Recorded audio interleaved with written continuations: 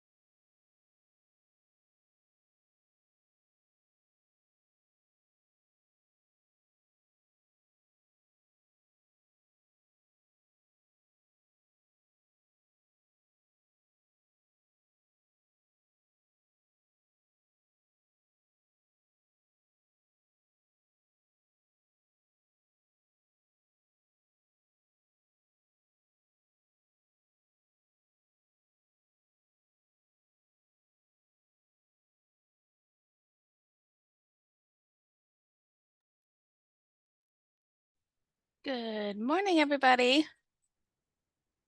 So welcome to the Operations and WebPlus presentation in session 4. So today's objectives is we are going to inform you guys about the transition to WebPlus for hospitals to send their monthly submission files to the ACR. And part of that is going to be an instructional video that walks you through how to use this new online portal. And then we're going to briefly review monthly file submission expectations, and then just provide you all with a brief update on our operations team. So if I haven't met you before, my name is Raeann, and I am the operations manager with the ACR.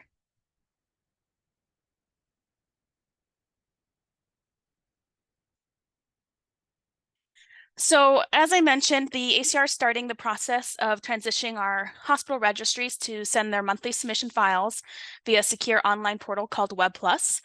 We are gearing up for call for data to start, so don't expect for us to be reaching out to you right away to onboard your facility. We'll start that transition period after call for data is done. I'm going to go ahead and play a recording that walks you through what WebPlus is and kind of explains a bit more about the portal. It is created and maintained by CDC, and it is a secure online portal, so it comes directly to us at the Cancer Registry when you upload your files. So let me just get my video pulled up.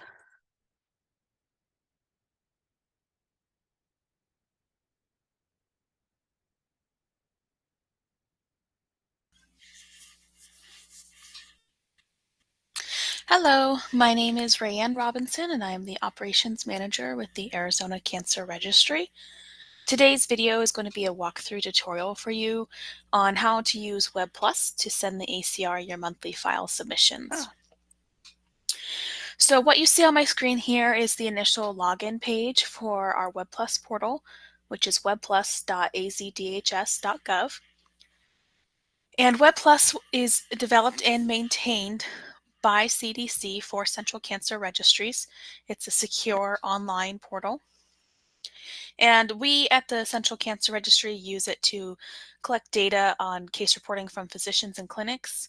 It's also utilized as a format for us to securely exchange data with other states. And so we are now evolving and using it to securely receive monthly data file submissions from our hospital registry partners. So when you receive your login for WebPlus, it's going to be unique to you, so we will need your email address. Each user that is responsible for uploading files for your hospital is going to need their own unique account. There won't be a general account for a hospital or hospital network. It is person by person. So I'm going to go ahead and log into a testing version and give you a walkthrough of how to utilize the portal. So let me just get signed in here. So when you log in, this is going to be your initial landing page. If you only report for one hospital, then it will look exactly like this. If you are reporting for multiple hospitals, then you will see each hospital's name with these two file options underneath it. In the top right-hand corner, it provides you with the main phone number to the Arizona Cancer Registry if you need assistance. This button here on the left is how you change your password. And then here is your logout button. And nestled right above that is the session time left, where WebPlus will let you know how many minutes you have left before it automatically logs you out. So we'll go ahead now and look at the file upload screen, but first it's going to show us some new menu options. On the far left, you have your home button, which will bring you back to the screen we just left. On the far right, here's your logout button, and you still have your change password option as well. Here you have a help option.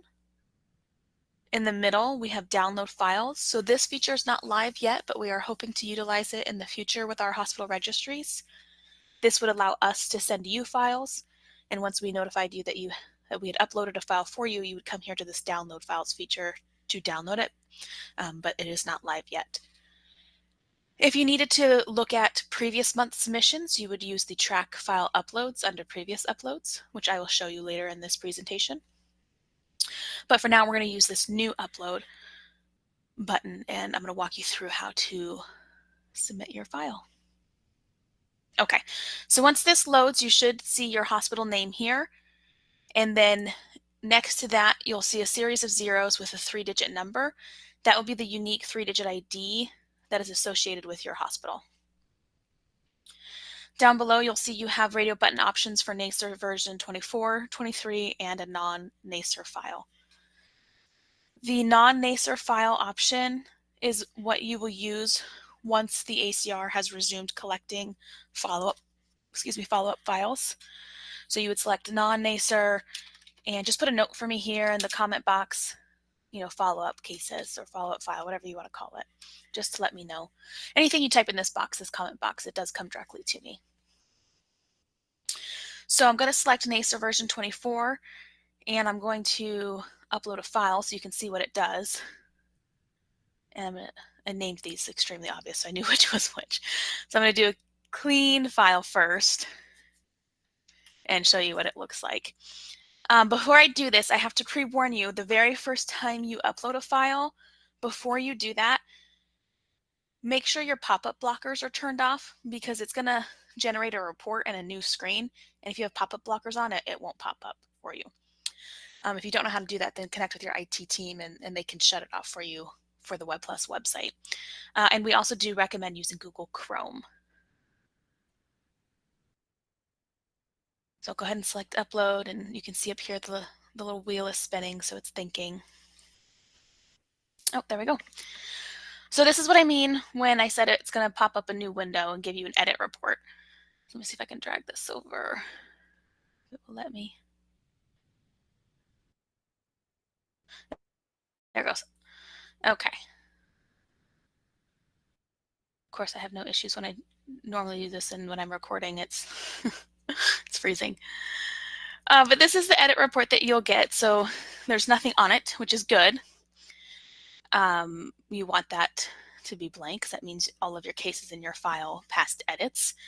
So up here at the top, it'll tell you the name of the file that you uploaded, the hospital that you uploaded for, the 3-digit ID is right there.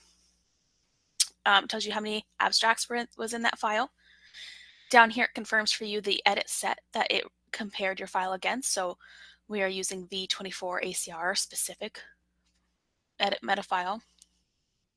If you had any errors in your bundle, that would be addressed here. If you need to save an example of this for your leadership or just your own internal tracking measures, you can right-click this, save it, print it, whatever works best for you. I'm going to go ahead and close out of here, though, because we don't need this for now. On the main screen that is behind the pop-up, it'll tell you again that you had 18 abstracts in that file. And if we had a larger file, we would have seen it counting up all the way to 18 or however many files you have. But because it's a smaller file with 18 cases, the pop-up came up like right away. But if you have a very big file with a couple hundred cases, you're gonna, it's gonna count up for you while it's comparing each case against edits. And I don't know if it's showing up on camera for you guys as well, but you'll see it when you log into your own account. If they pass edits, they turn the color green. If they don't, they'll turn red. So I'm going to go back to new upload because I have a second file I'm going to show you guys where it does not pass edits because I want you to see what the error report looks like. And again, I'm just, I'll let ACR know these are my October cases in the comment box. I'm going to do upload. And we can see again that it's thinking. Here we go. So let me move this out of the way first because I want you to look over here. You'll see record number 1, 2, 6, 7, 10, 13, 14, 15, and 17. They're all red.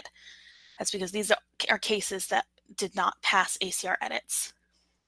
So you're going to have your edit report in a different window. And again, you can right-click, save it, print it. So you have your full listing of what needs to be fixed. And it'll tell you it's the first record number. So record number in file, it's 1, very first case in that file. It tells you the patient's name and their social security, how many errors are on that file, and then it gives you a list of those edits. And it repeats that for each case in your file. So we had multiple cases, so you can see that everything is listed that is wrong with that file that you need to follow up and fix before you resubmit. So let's say you accidentally exit out of that report or you have your pop-up blockers turned on. You're like, oh man, I needed that edit report. Now I don't have it. You can get to it from a different section in WebPlus.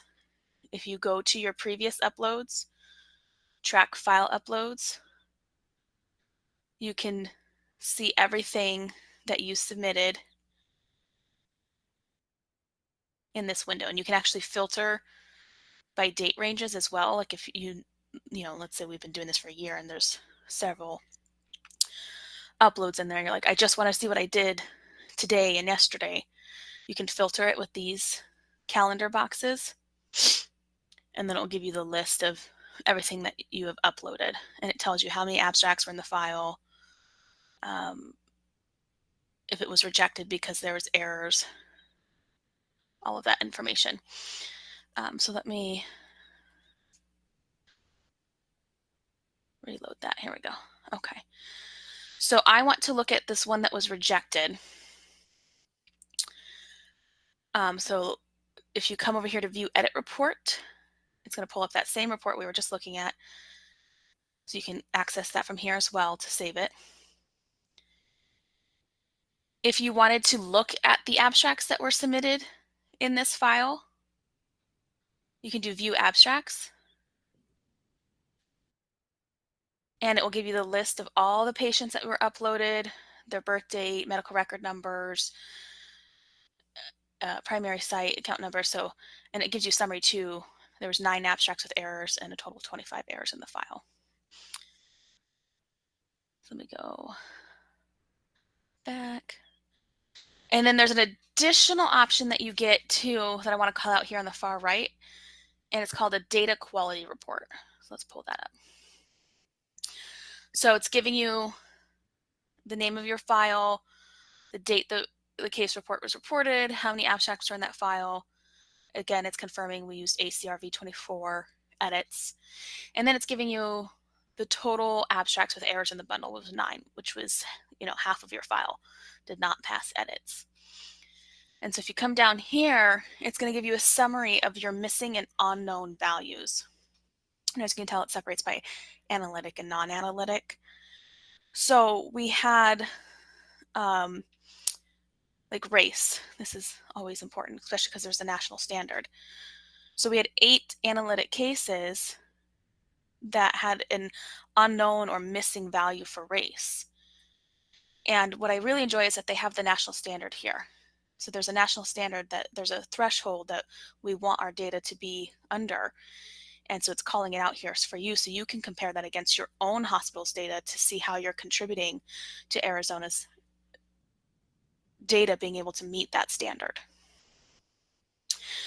If you come down here, it'll call out how many unspecified values you had. And again, it's still separated by analytic and non-analytic all the way down. And then it gives you a nice little summary of the date distribution. So we know we had 17 cases that were analytic for a diagnosis year 2022. So that's just a neat little report to give you guys a clue on how your data is doing. And again, right click, you can save it, print it, share that with your team. And then if we use home, we're right back to where we started. And so that's how you use WebPlus to send us your monthly submission files. I do want to call out that those edit reports only get generated if you're using V24. If you're uploading a V23 file or older, then I will have to, once I receive your file, I will run it through edits and email you and let you know if there's any problems, which is, the standard process we've been doing by using SFTP to submit files. But if you're in V24 and you use that V24 radio button, you will immediately get an edit report and a data quality report. Thank you.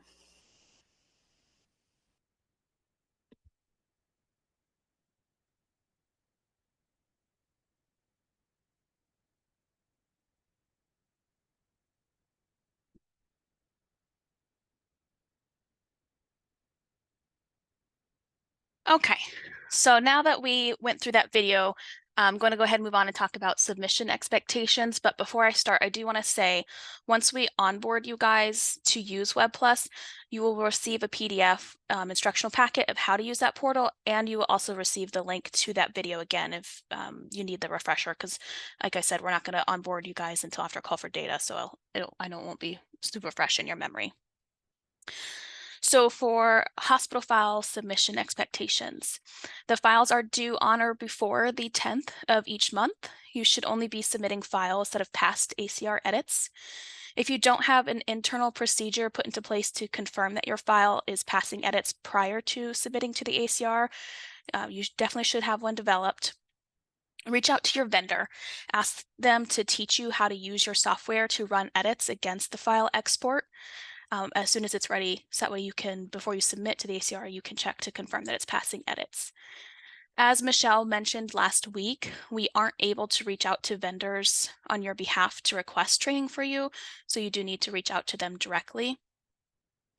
If they, by chance, come back to you and say, hey, it isn't possible with our software to run edits against a subset of cases with their current setup, let me know and we can talk about getting you set up on Gen Edits. It's a free software developed by NPCR that you can use to run your files against ACR edits. If your file gets rejected and you need to resubmit to the ACR that month, you should be sending in your resubmission file by the end of that same month. When you transition to WebPlus, the benefit is that you are going to know right away whether or not your cases are going to be accepted by the ACR. If your file gets rejected because it didn't pass edits, you are going to have to fix those in your system and then export a new fresh file to upload that to WebPlus. You can't resubmit a file that's already been rejected. It won't let you. When you create that new export file, you need to ensure that it's containing all of the cases that were in that rejected file, not just the ones that got fixed. Because the entire file got rejected, we need all of the cases, the ones that were rejected and the ones that were clean. Please connect with your vendor if you need assistance on navigating your system to export a clean file.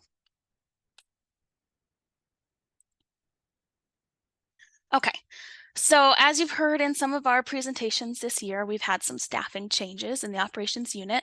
Our current team includes myself, Sarah, Mike, and Jordan. Your hospitals will be hearing from one of these three ladies each quarter when they reach out to you to send the hospital's outgoing critical data changes from the ACR. So I wanted to make sure you were familiar with who our current team is.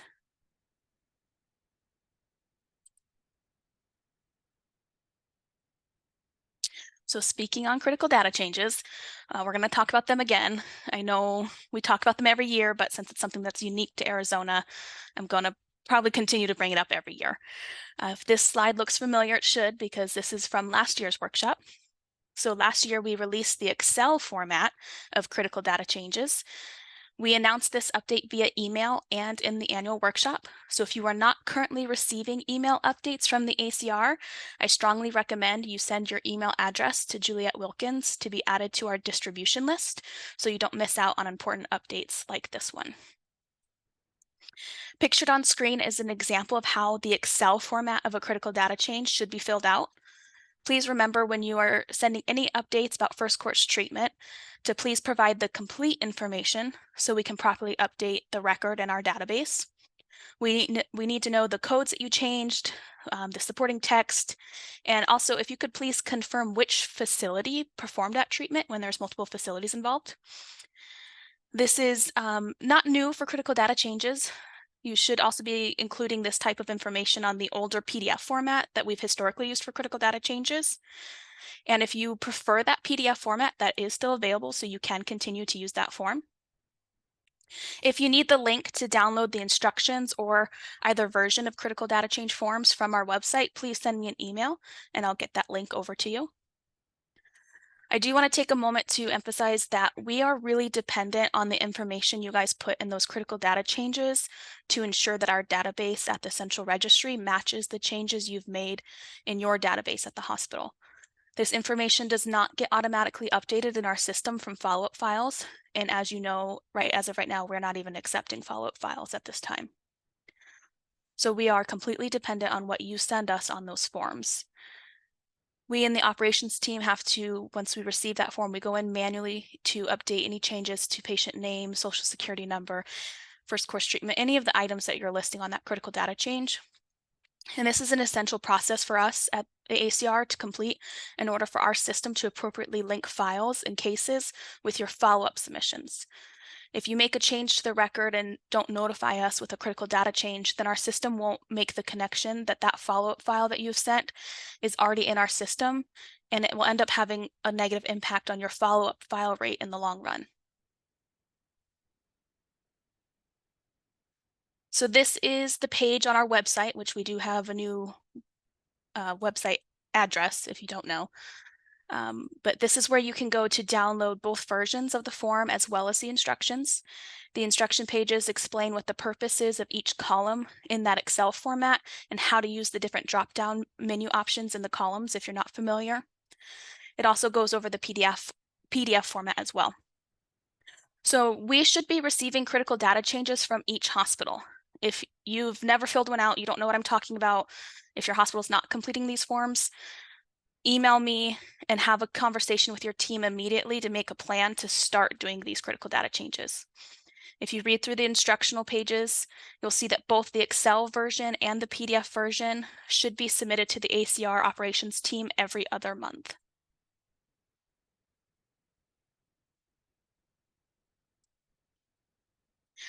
So I wanted to take a brief moment to remind everyone of a memo that we had sent out in 2022 notifying hospitals that the ACR had resumed requiring non-analytic cases to be reported. We sent out an email blast letting everyone know that we are making this change and where to find that memo, and then we also presented on it in our 2022 annual workshop. These graphs were presented in the 22 workshop discussion of non-analytic cases, and we just let everyone know that after reviewing the data from the non-analytic tracking forms that we used to have sent in, it was determined that the majority of the non-analytic cases were being required to be reported anyhow. And once we did a review of the 2021 calendar year, we found out that 63% of the cases that were being sent in on those non-analytic tracking forms were being required by the ACR from the hospitals to be abstracted. But what we thought was really interesting when we were doing this review is that even though 63% of these cases were determined to be reportable by the ACR, after completing an audit, we learned that we were not receiving all of these cases. And so that was one of the contributing factors into the decision to resume requiring non-analytic cases. So we still have a copy of the memo on our website, and you can download that to review a full summary of why this change occurred. And it also goes through each non-analytic class of case and lets you know whether it's required or not. And here's just a screenshot of where on our website to find that memo.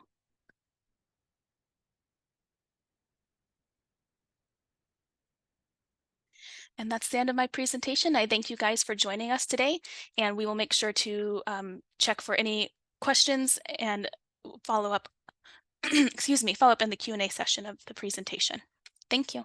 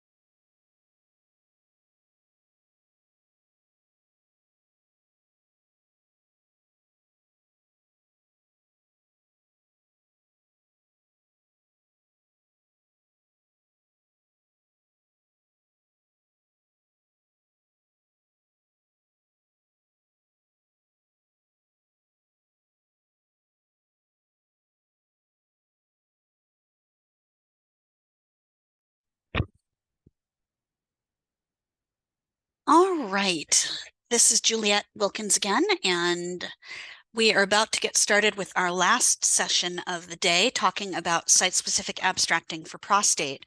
I just wanted to mention that I shared the evaluation form for today's workshop in the chat, so we do greatly appreciate your feedback on today's session and what you would like to see in future ACR workshops. So please do take a minute to fill that out. I'll send out the link after the session as well. So I am going to be talking about prostate cancer today. And here are the objectives for today's presentation. I'm going to be identifying some features of prostate anatomy. We're going to work through the prostate solid tumor rules because there were some updates in 2023 when the new other sites solid tumor rules module was released. And then I'm going to break down grade and staging for prostate cancer. I'm going to focus on SEER summary staging because that is the only staging schema that we require in here at the ACR. So I won't be talking too much about AJCC staging, although I know that some of our college accredited facilities are required to do AJCC staging as well. After I talk about grade and staging, I'm going to talk about some of the unique site-specific data items that apply to abstracting prostate cases. And then I'm going to review important treatment modalities and talk about surgery and radiation and systemic treatment and what to look for there. And then we're going to have a couple of case scenarios if we have time. So a lot to cover, and let's dive in. I wanted to start by just looking at some of the statistics for prostate cancer, and a big thank you to our epidemiologist, Dana Doyle, for compiling all of these statistics for us. I think it's really helpful to look at statewide statistics and how they break down based on age in the case of prostate cancer, and race and ethnicity and all of that. So part of the reason that I wanted to focus on prostate cancer for today's workshop is because it is one of our top 5 sites in Arizona. As you can see on my slide, it's the 3rd most common cancer diagnosis in our state. Within the last 5 years, there's been a decrease in the rate of new invasive prostate cancer cases, and also a decrease in mortality over the last 4 years that we are tracking data for. And 64% of prostate cancer cases were diagnosed early stage. That's a good figure. It looks like screening is effective at identifying those patients early on in their cancer journey so that they can be appropriately treated. And you can also see I put the breakdown by age because, of course, there's not a gender breakdown for prostate cancer. It only affects males. And I also put the breakdown by county, and you can see that the highest rate of prostate cancer incidence is in Maricopa and Yuma and Pima and Navajo counties throughout the state. So I thought that was interesting. Just nice to see some of the work that we all do getting used for incidence rates and everything else. So that's one of the reasons why I wanted to focus on this as one of our sites for today. Let's talk about the anatomy. And I've got a couple of diagrams here. Per the National Institute of Health, the 5-year relative survival rate, and this is looking at between 2014 and 2020 data for prostate cancer, is 97.5%. And part of that is because it does tend to be diagnosed earlier on in the course of the disease, but also because it is one of the less aggressive types of cancer typically. There are always exceptions to every rule, but the prostate, we can look at it based on lobes, and you'll see that there are 2 lobes to the prostate, the right and the left, although we do not count prostate as a paired site, so laterality does not apply. But the prostate does have 2 lobes. It is basically surrounding the urethra. There's the prostatic urethra that passes right through the prostate gland. So if there is prostate enlargement, oftentimes these patients will present with urinary symptoms, and that is how they are worked up and led to diagnosis, either that or the PSA value rising, and I'll talk about that in a later slide. Providers also talk about prostate anatomy in terms of zones, and you'll see that oftentimes when a patient gets a prostate MRI, they'll refer to the central zone or the transitional zone or a region of interest. And so you can see that broken down on the image on the bottom right of the slide that you're looking at.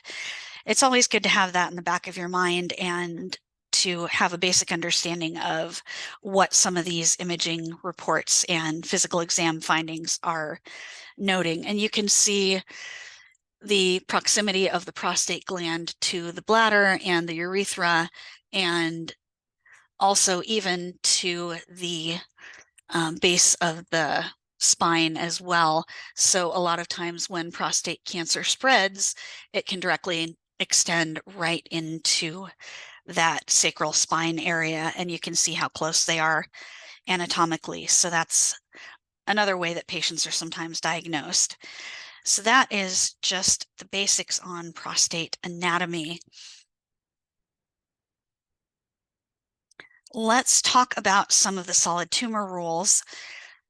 And There is a new table for the most common prostate gland histologies. That is table 3 and the other sites modules. And remember that those other sites modules only apply to 2023 diagnosis and forward. So if you're looking at a prostate case diagnosed prior to 2023, then you're going to have to go back and use the general rules and the other site modules from the 2007 multiple primary and histology rules. The most common histology by far, as I have on my slide, is adenocarcinoma, and specifically acinar cell adenocarcinoma, because it affects the glandular cells. So we get acinar cell as our most common type of diagnosis for prostate cancer by far. If you see anything else besides adenocarcinoma, you might see a neuroendocrine tumor of the prostate gland. Those cases usually cause me to spend a bit more time looking at that case to make sure that it actually is originating in the prostate gland, because so many of these cases are going to be adenocarcinoma. And then, of course, just a reminder that you want to use the HP database if it is a hematopoietic neoplasm, like a lymphoma that originates in prostatic tissue. That would be incredibly rare, but we don't use the other site modules for hematopoietic histologies. And then there are some notes included with table 3, and you want to make sure that you're reading that table carefully so that you code the correct histology. Those tables in the other sites modules cover the more common histologies, but there may be histologies that do not appear in those tables, and then you have to go back and look at your ICD-0 3.2 update tables. And I believe 2024 was when some of the changes from the WHO 5th edition tumors for urinary and male genital organs came into effect. So there have been some newer histologies that you might just want to make sure that you're aware of. And with all of these solid tumor rules modules, but including the other sites modules, you're going to want to use the most current version of the solid tumor rules, and it should be version 3.1 is the most current version, but they do update those on a rolling basis rather than annually. So when they come out with a newer update, then we will start using that version of the other site's solid tumor rules. And then the other site's solid tumor rules modules instruct us to code the most specific histology from the biopsy and the resection, which is a change from the 2007 MPH rules.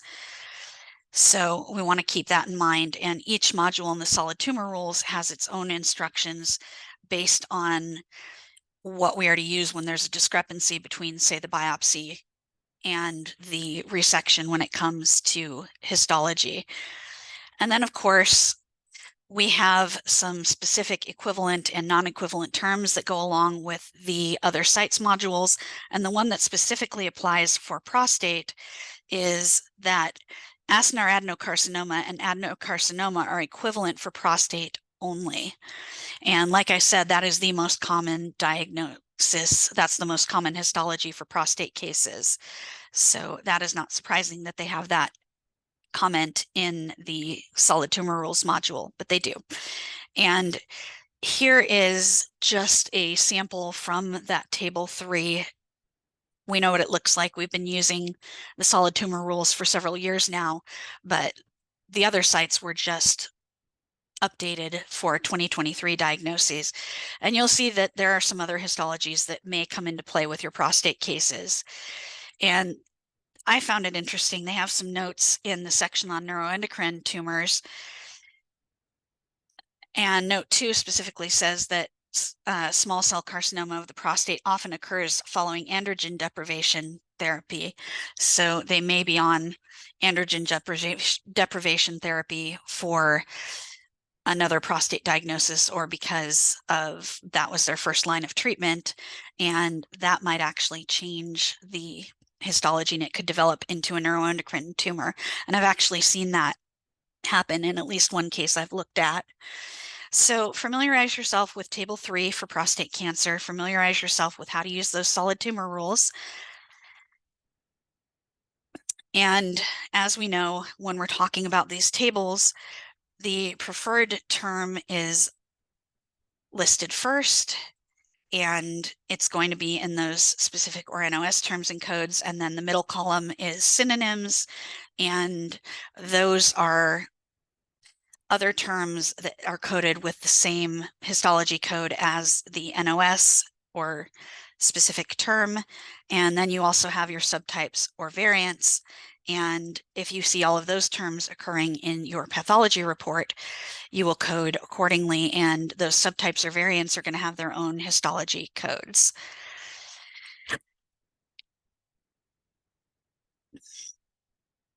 Let's talk about some of the subtypes or variants for prostate cancer.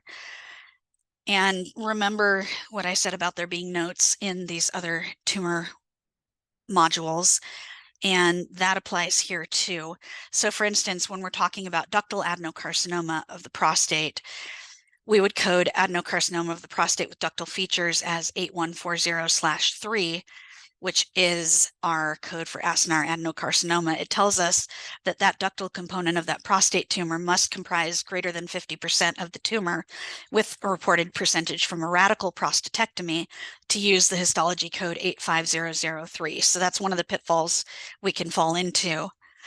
And they talk about intraductal carcinoma of the prostate and how it's most often associated with an invasive diagnosis as well. So we want to look for that when we see the physician referring to intraductal carcinoma of the prostate. There's also mucinous adenocarcinoma, which is another common diagnosis that we see with prostate cancers. And again, we are told that that mucinous component must comprise greater than 25% of the tumor in order to use that histology code 8480/3. And again, that diagnosis must be made only in excision specimens. So if all you have is a prostate biopsy and it's talking about mucinous adenocarcinoma, we can't code it to that code because it has to be made in that excision specimen. So again, we have these other histology terms that we can use, but we have to read through the notes so that we are not misapplying those histology codes. Another histology that we might see in our prostate cancer cases is sarcomatoid carcinoma, or 8572/3. This is super rare, and I don't know that I've ever come across one of these in the wild, but they do allow for us to code it. And as they say in the notes, this particular histology most commonly occurs when that patient has undergone irradiation. We might see a sarcomatoid carcinoma of the prostate. Then there's signet ring cell-like adenocarcinoma, which is also a valid site histology combination for prostate. But again, we have that percentage, and it has to be made from the excision. So if we don't have documentation that those signet ring cells comprise greater than 25% of that tumor when there's a prostatectomy, then we are not allowed to use that code 8490/3, and we have to default to the NOS codes. Those NOS codes are there for a reason, and they are appropriately used in certain scenarios. So the most common M rule that we talk about with prostate cancer is that acinar adenocarcinoma of the prostate is always a single primary. So we should only have one acinar adenocarcinoma of the prostate reported per that patient's lifetime. So even if they're disease-free and we have them diagnosed with acinar cell adenocarcinoma years later, we are told by M3 to only report the first diagnosis of acinar cell adenocarcinoma. And they even give us an example in the solid tumor rules that applies. So if that patient has a previous acinar adenocarcinoma and then they're diagnosed with a new one in 2024, it's a single primary. That makes it easy on our end to be able to track this. And then M4, I wanted to take a little bit of time to talk about because that's the exception to M3. We are told to abstract multiple primaries when the patient has a subsequent small cell carcinoma of the prostate more than 1 year following a diagnosis of acinar adenocarcinoma. So it's not that they can only have one prostate cancer diagnosis in their lifetime, but they can only have one acinar cell adenocarcinoma in their lifetime. They want to capture the incidence of these more unusual histologies, and specifically small cell carcinoma. And they even talk about why that's so important. They talk about how it often occurs following androgen deprivation therapy or radiation therapy. And another reason why they want to capture those incidences separately is because these are aggressive tumors and they have poor outcomes for the patient. So they want to make sure that those are being accurately reported. So don't just get complacent, make sure that you're using the first rule that applies and then stopping, but there may be situations where you would have more than one prostate diagnosis for that patient. And this is one specific example of that. And H11 is a very common rule that you would use with prostate cancer when you're coding histology. They give you all of the equivalent terms. I haven't even heard some of these before I prepared for this presentation. Foamy gland adenocarcinoma is another synonym for acinar adenocarcinoma, or 81403, pseudohyperplastic adenocarcinoma. So there are some other histologies which are equivalent to acinar adenocarcinoma when we're talking about prostate. So I just wanted to bring that to your attention as well.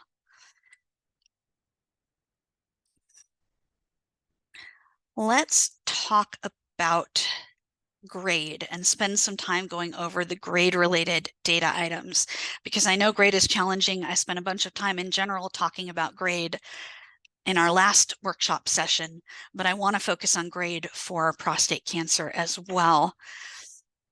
So again, as I mentioned last week, clinical grade must not be blank. We cannot leave that blank. We have to code something there.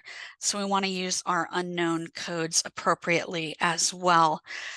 And we know that we need to assign the highest grade from the prostate, not a metastatic site. We know that the grade in a metastatic site is not going to be accurate. We need that tissue sample to be from the primary site. Prostate biopsies and TURPs qualify for clinical grade. It's similar to how AJCC thinks about clinical stage versus pathologic stage, and that's an exception for prostate cancer, that TURP is not enough to code grade pathological. Anything less than a radical prostatectomy does not qualify for pathologic grade, and so we would code the grade from those specimens in grade clinical, and if no further treatment, if no further surgical procedures took place, then grade pathological would be a 9. There are scenarios where we would use that 9 or unknown code for grade clinical, including when we don't have a documentation of grade from the prostate gland, including scenarios where clinical workup is not done.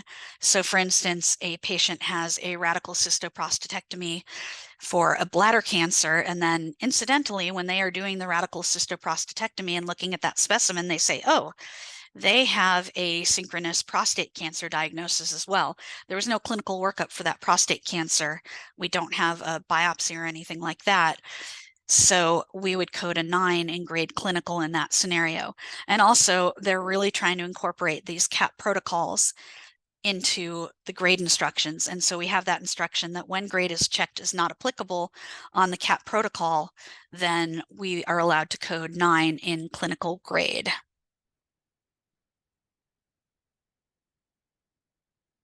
And here's our chart for how we code grade clinical. It's going to be very similar to how we code grade pathological.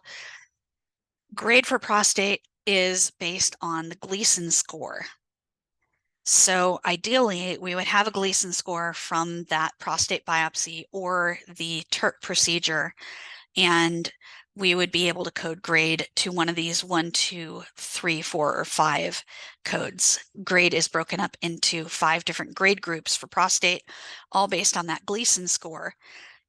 And we are also told that if only one grade is available and we don't know if it's clinical or pathological, we can assume that it is a clinical grade in the absence of other information and code our clinical grade field accordingly.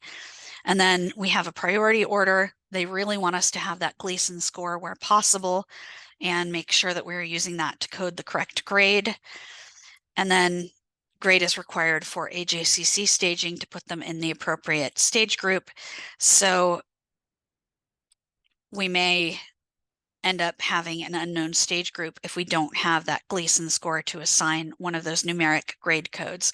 We do have A through E that we can use if necessary. So for instance, I think it's interesting that E refers to, we know that it's a Gleason 7, but we don't know if it's a pattern 3+4 or 4+3.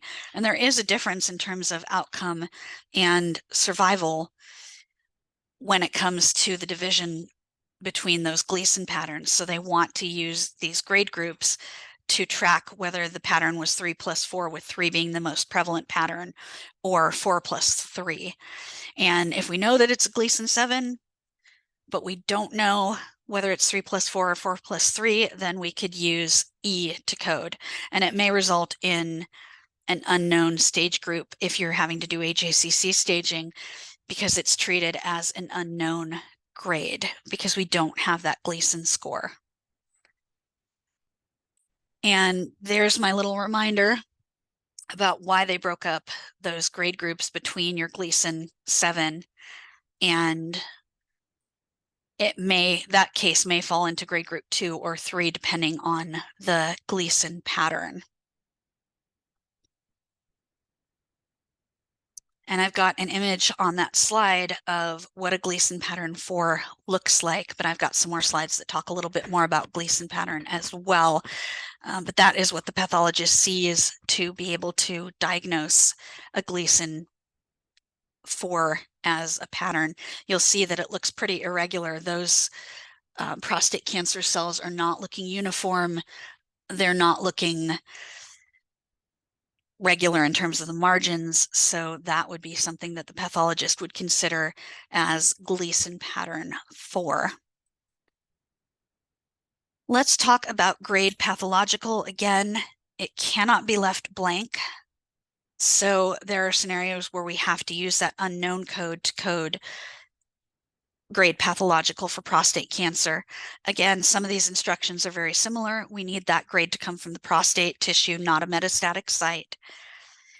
If there are multiple prostate tumors with different grades, we're going to code the highest grade in grade pathological. And again, a radical prostatectomy must be performed. TURP does not qualify for the purposes of assigning grade pathological. And these are directly from the notes in the grade manual.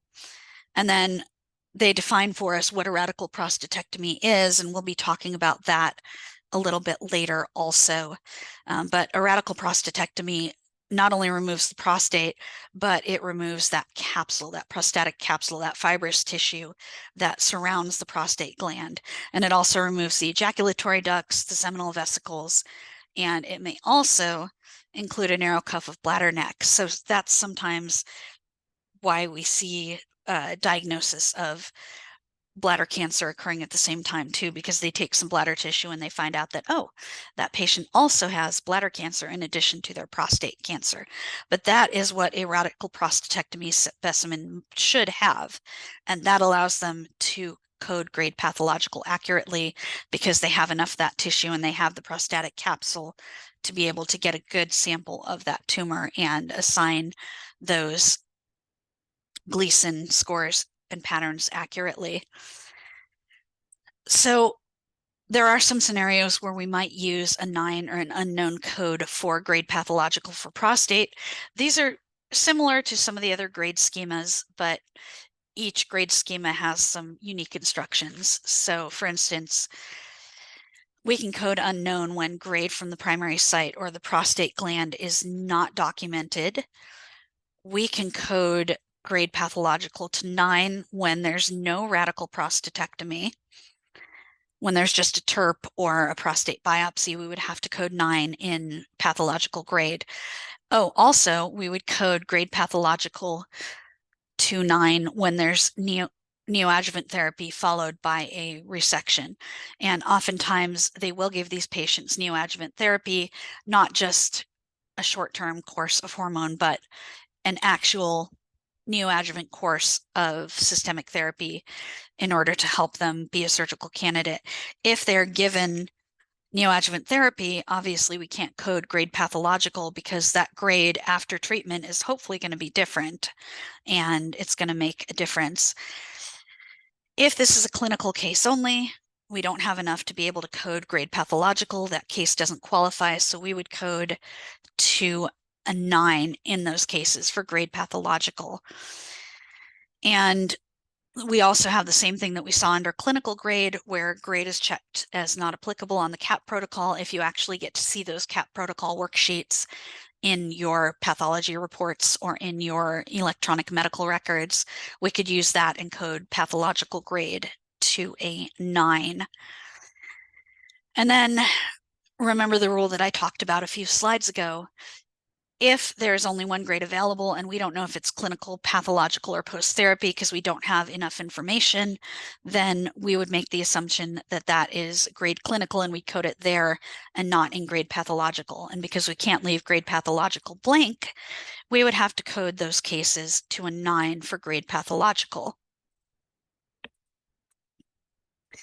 So here is the chart for grade pathological. And you'll see that it's very similar. Grade group 1 is going to be a Gleason score of less than or equal to 6. Grade group 2 are those Gleason 7 scores where the primary pattern is 3 and the secondary pattern is 4. Grade 3 is going to be a case where it's a Gleason score 7, but the primary pattern is 4. Grade group 4 is a Gleason score of 8. And then grade group 5 is a Gleason score of 9 or 10. And really, it's an important prognostic factor for prostate cancer. So the higher the grade group, the poorer the outcome for those patients, the less that tissue resembles normal tissue for the prostate gland. So I've given you an example of how you would code grade at the beginning of this slide. This patient had a prostate biopsy, and it's a Gleason 8 tumor. Primary pattern is 4, secondary pattern is 4. And then they had a radical prostatectomy, and on radical prostatectomy, it was a Gleason 7. Again, the first primary pattern was 4, but that secondary pattern on the resection specimen was a 3. So in this case, grade clinical would be 4, or grade group 4 for the Gleason 8. That's pretty straightforward. Grade pathological would also be 4, because remember, we can use that clinical information to code grade pathological as well if that clinical grade is higher. So we would also code grade 4 for grade pathological because this patient does qualify for grade pathological. They did have a radical prostatectomy. And then we don't require YC or YP grade if that patient had neoadjuvant therapy, so that doesn't have to be coded. And then there's your little reminder that grade pathological does include all of the information from the workup and from the biopsy. So the highest known grade is going to be a 4 in this case.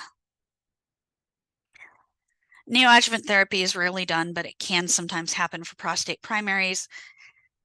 The same thing that Donna has been talking about with AJCC for a while about those patients who have a very short course of hormone treatment, like one Lupron shot. It doesn't truly meet the qualifications for post-therapy grade. And then we would leave those blank when there's no neoadjuvant therapy. When neoadjuvant therapy was completed in those rare cases, but there was no microscopic or histological examination of tissue prior to surgery. And we'd also leave it blank if only one grade is available, and it's impossible to determine if that is clinical, pathological, or post-therapy grade. So post-therapy YC and YP grade may be blank, but grade clinical, grade pathological may not be blank. And that's directly from the grade manual as well. Let's talk about some site-specific data items for prostate. And I'm going to get into a little more detail of Gleason score, but I realized that the one site-specific data item I didn't prepare a slide for was the biopsy course positive and examined, but that would come off of the pathology report.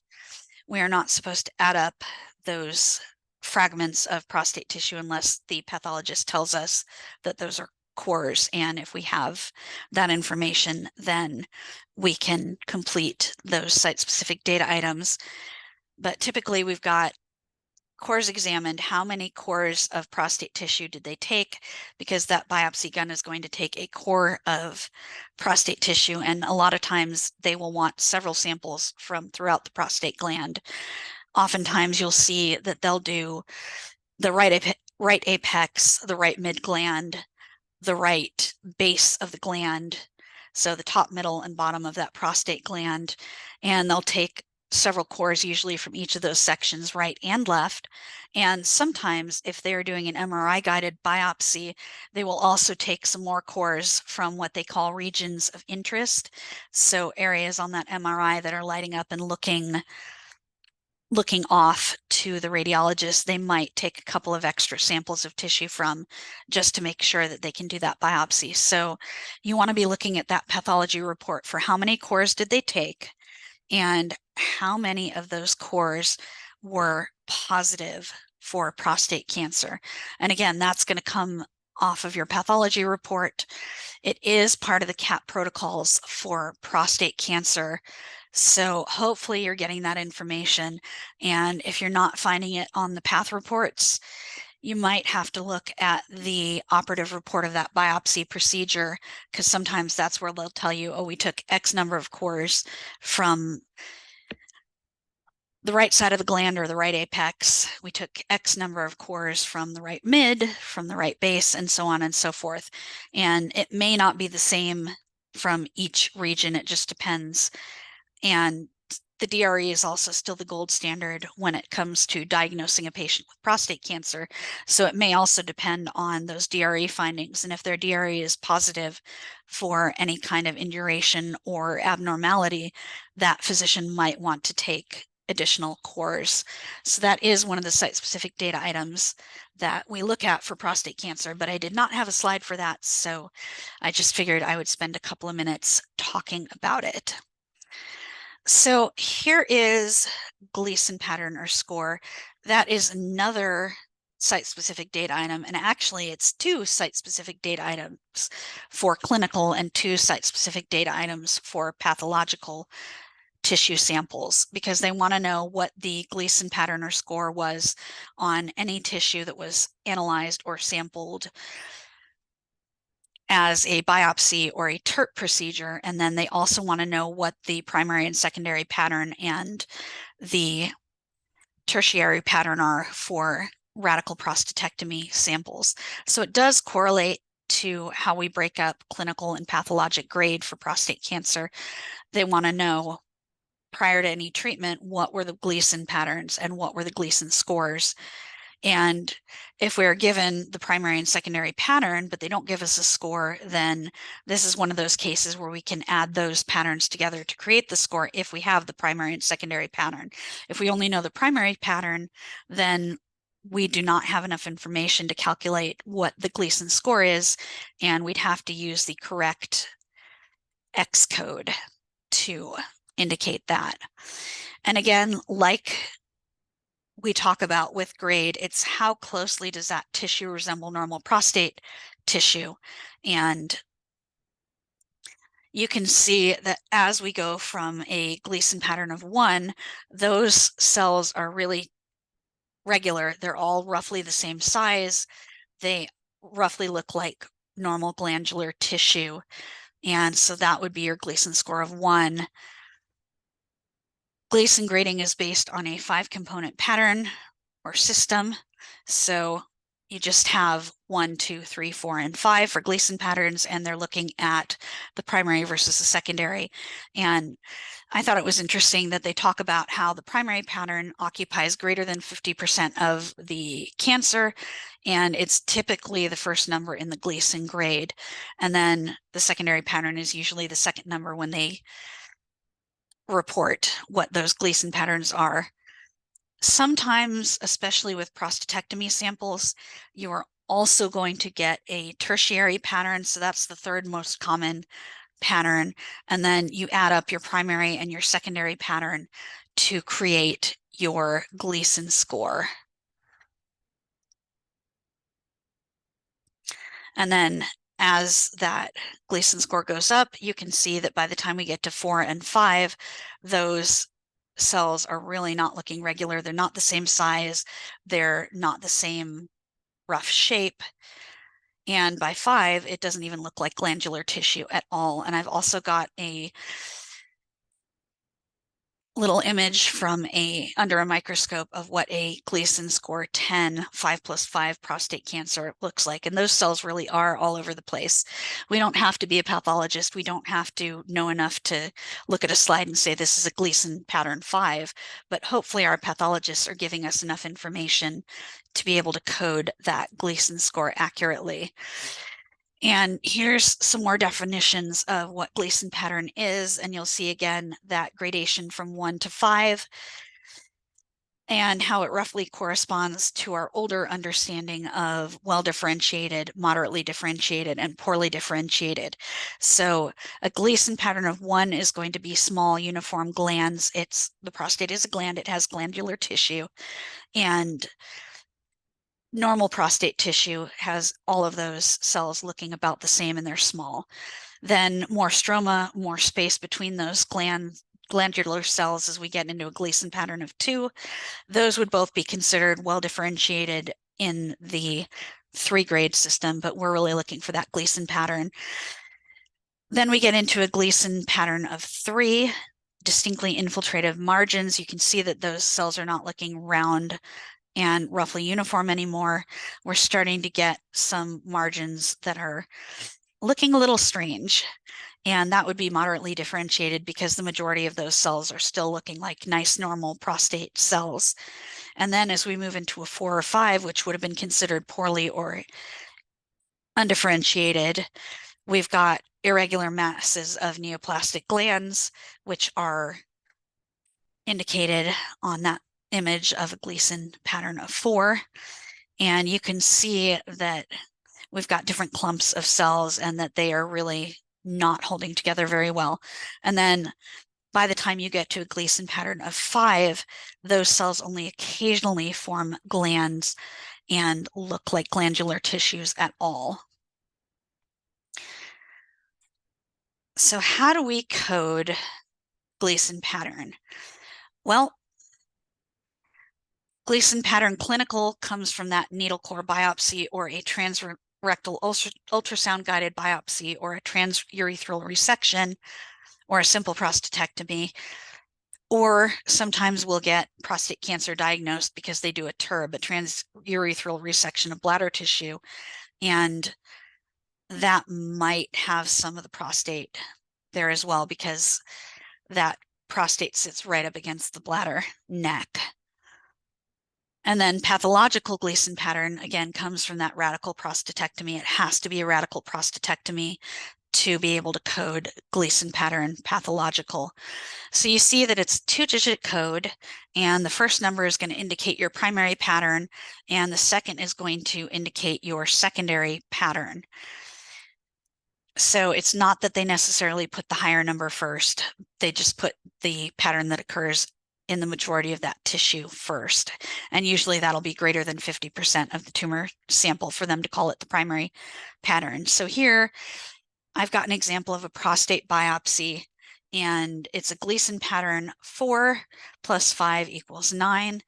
Those first 2 numbers are going to be your primary and your secondary pattern, and then that 9 is going to be the score.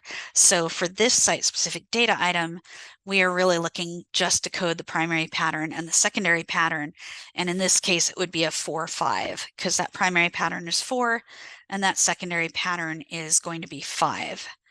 And then we have Gleason score, which is going to be a 2-digit code as well, because we do get up to a Gleason score of 10, 5 + 5, if the primary and secondary pattern are both 5, and that would give us a 2-digit code as well. And you'll notice that we do have some X codes that we need to take into account, and they define those in the site-specific data item manual. So if there was no needle core biopsy or TURP performed, and that would count for clinical, or for Gleason score pathological if they did not have a radical prostatectomy or an autopsy, then we would appropriately use the code of X7. And If it's not applicable, information is not collected for this case, and then you might use the code of X8. But this is one of those site-specific data items that the ACR requires because NPCR requires it. So we do collect this. So your most likely X codes that you're going to use are X7 or X9 if it's unknown, or if it's not documented in the medical record, or if we just don't know if that pathologist even looked at the Gleason score. So in our example, here's a radical prostatectomy specimen. Again, I'm using the same Gleason patterns. Primary pattern is 4, secondary pattern is 5, and our Gleason score would be a 9.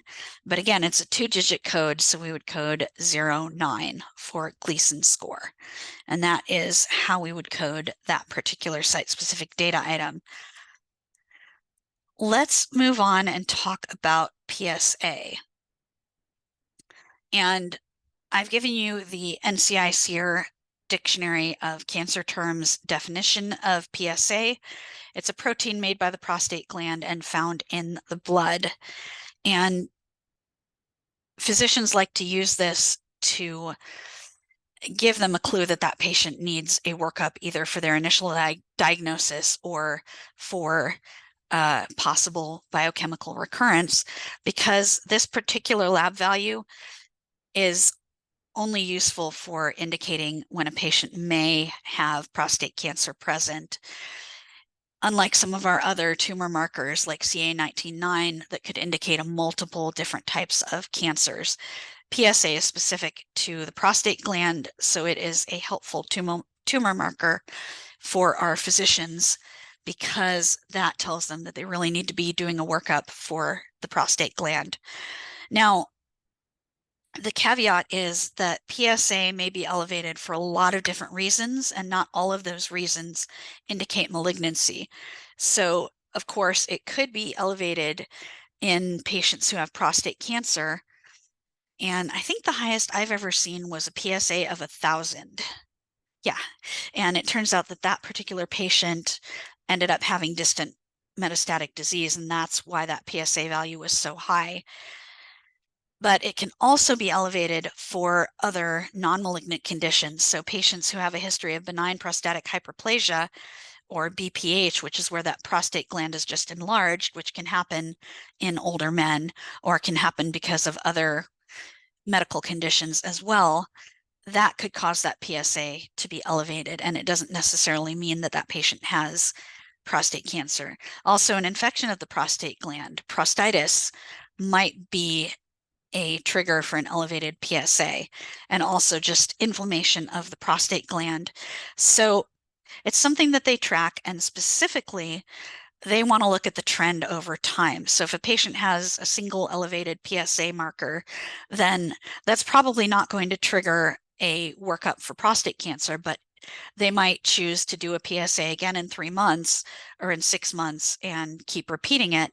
And then if it continues to be elevated, that would indicate that there's a pretty good likelihood that they need to do some further workup and determine why that PSA is elevated. And another reason that a PSA could be elevated is if that patient has had a prostate biopsy.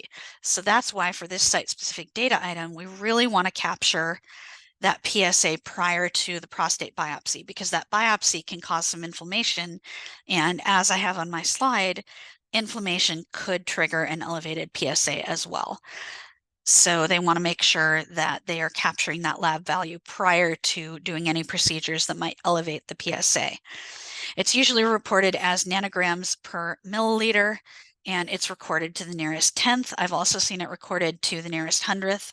And then we are given the instruction in the site-specific data item manual that we need to round that value because we can only track it to the nearest 10th. Per NCI-SEER, they have specific recommendations to use PSA as a screening tool for men at higher risk of prostate cancer, beginning at around age 40 or 45. So what would be a higher risk category? Well, SEER defines those for us.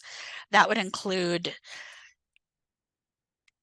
Black individuals or men with germline variants in BRCA2 and BRCA1, so they might look for a BRCA mutation. And if the patient has a BRCA mutation, they might want to do more frequent PSA screenings. And also men whose father or brother had prostate cancer or other close relatives, because there is a genetic correlation to prostate cancer. So if a patient's grandfather and father and several uncles and brothers all had diagnoses of prostate cancer, that would be considered a higher risk category per NCI-SEER, and they might start those PSA screenings earlier, or they might do them more frequently than in the average population. And PSA is another one of those values that's required for prognostic stage grouping if you have to do AJCC. Serum PSA is the most sensitive test currently available. They will also do tests that evaluate free PSA or precursor PSA. Those are not considered to be the same thing as a serum PSA. So we want the serum PSA value, that blood test that they use to screen. Now, in general, the normal range is 0 to 4 nanograms per milliliter.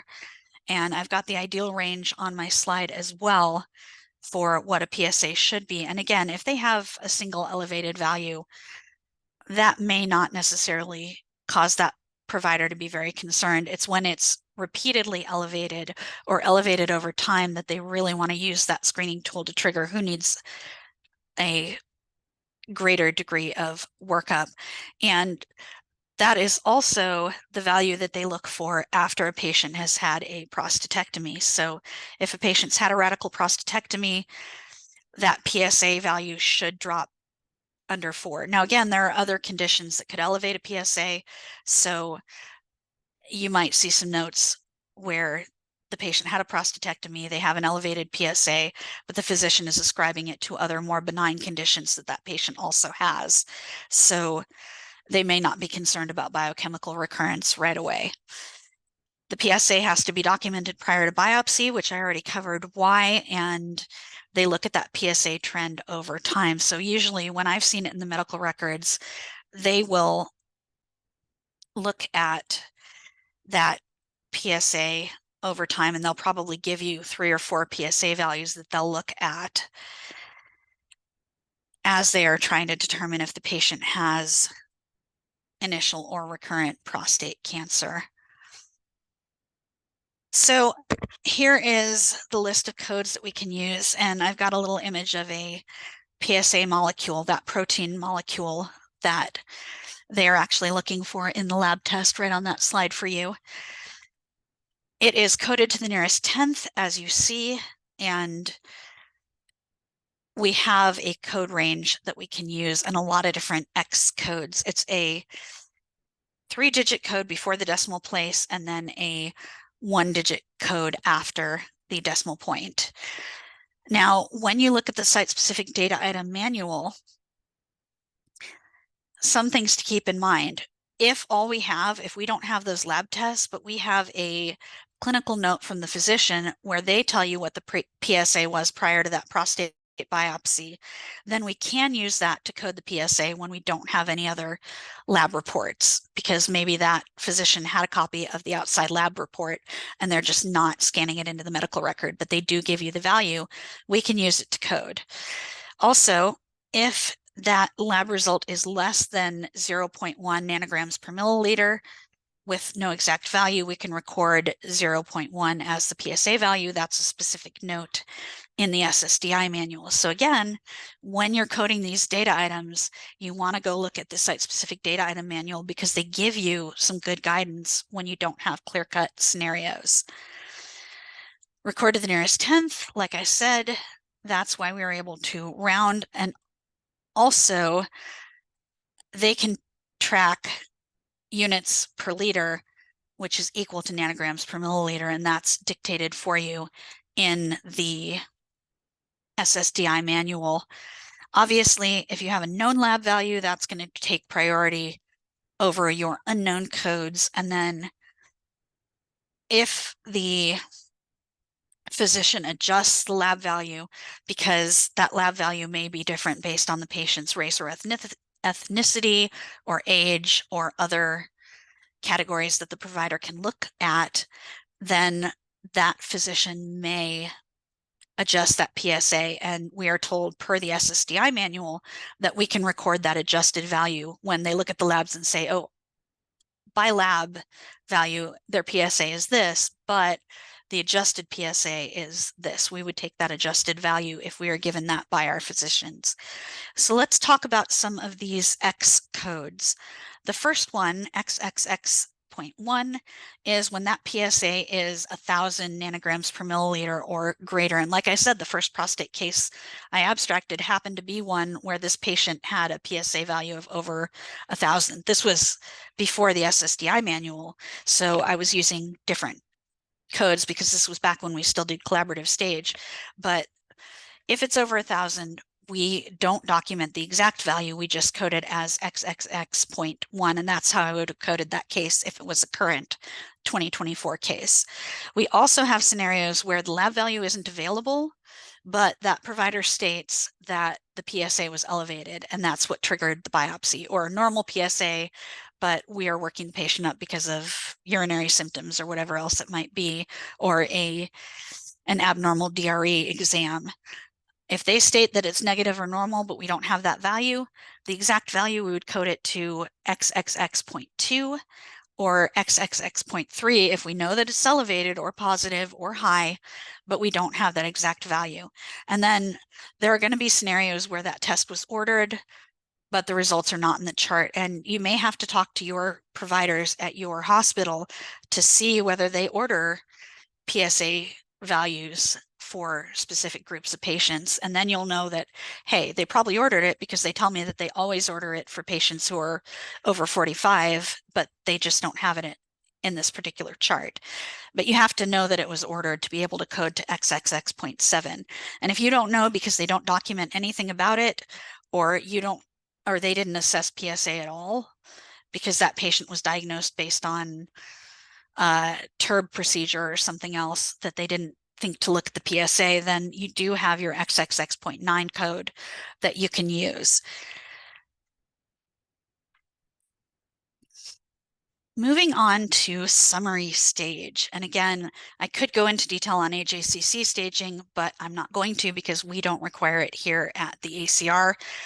But SEER summary stage has done a lot of work to bring the summary stage modules in line with how AJCC considers local, regional, and distant. But there are some differences. So you want to make sure you're using the summary stage manual to code your summary stage for prostate cancer.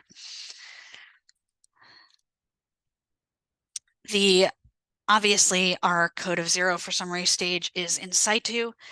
There are some synonyms that we are given in the prostate cancer module. So if they're saying intraepithelial prostate cancer, then you would know that that is an equivalent term according to the summary stage manual for a 0 or in situ, and the same if they call it non-invasive. They've given us those synonyms to be able to work with based on what we're seeing in the chart.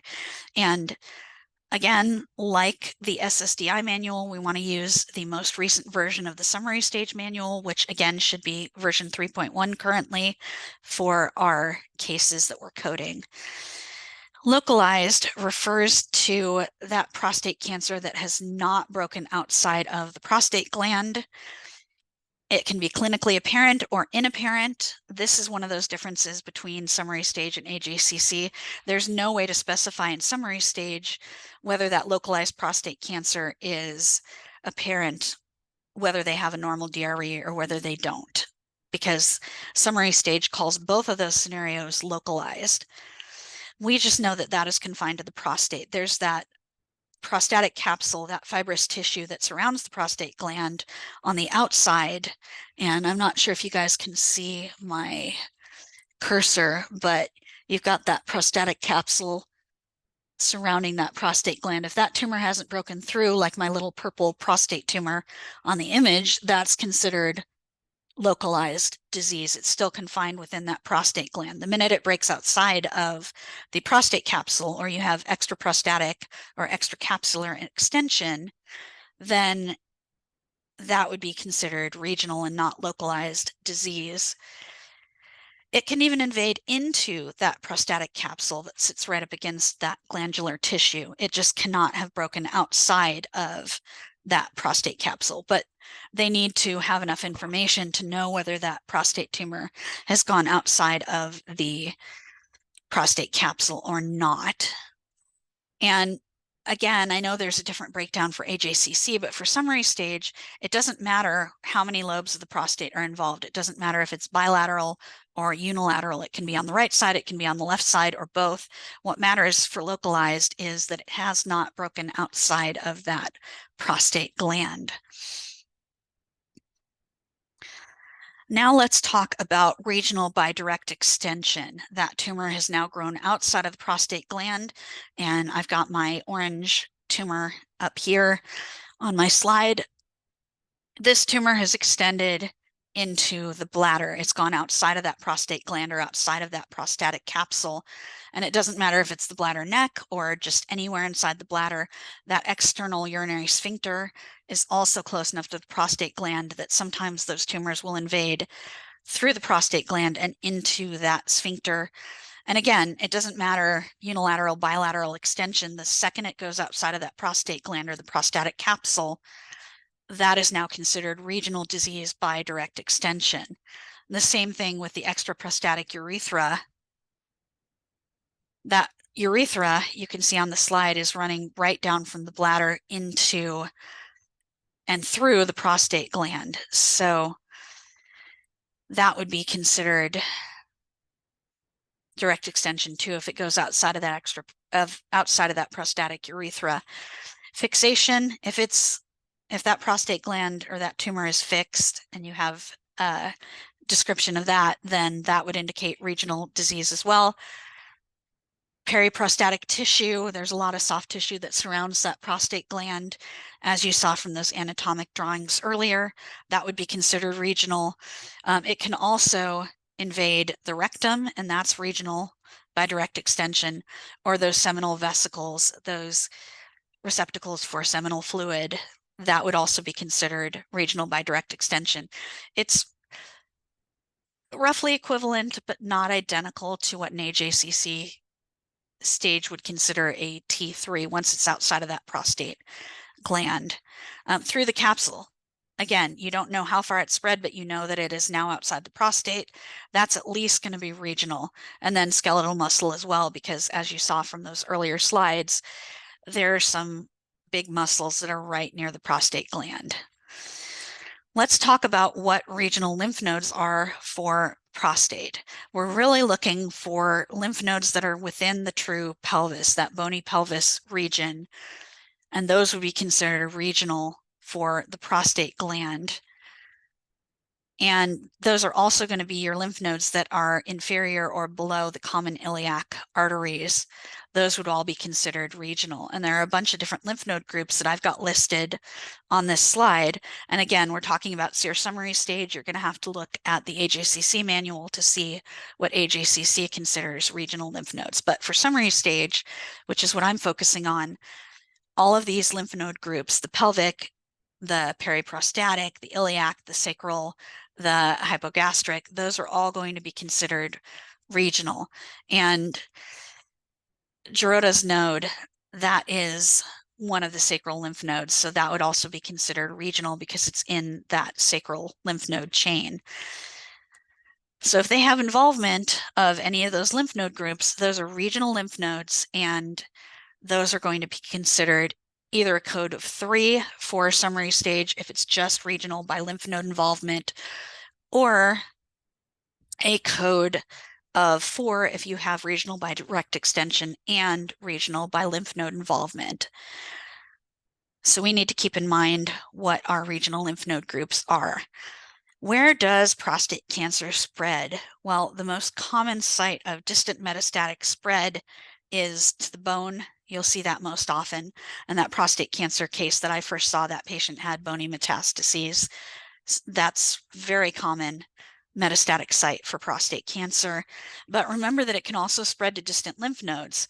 And for SEER summary stage purposes, spread to aortic lymph nodes or lumbar lymph nodes or cervical or common iliac or inguinal, any of those lymph nodes would be considered distant lymph nodes. And so you would code that to a code of 7.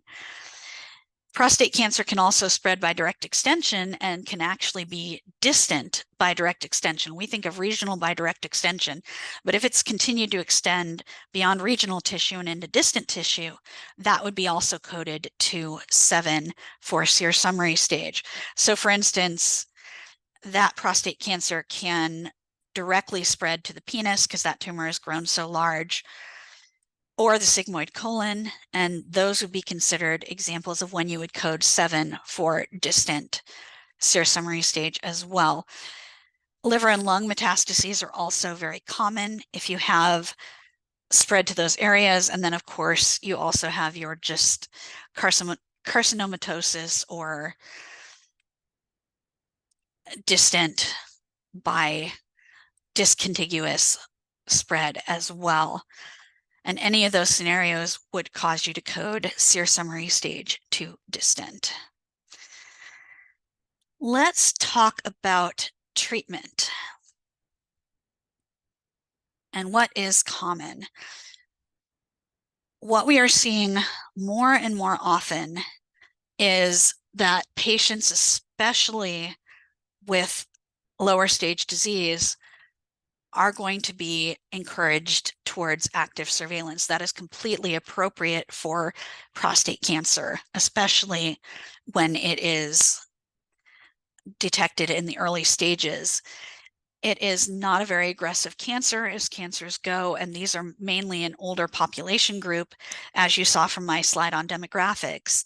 So oftentimes they're more concerned about other comorbid conditions that those patients might have, and it's very appropriate. We've got to remember that active treatment also comes with side effects and other comorbidities that it may be far more appropriate for these patients to just be observed.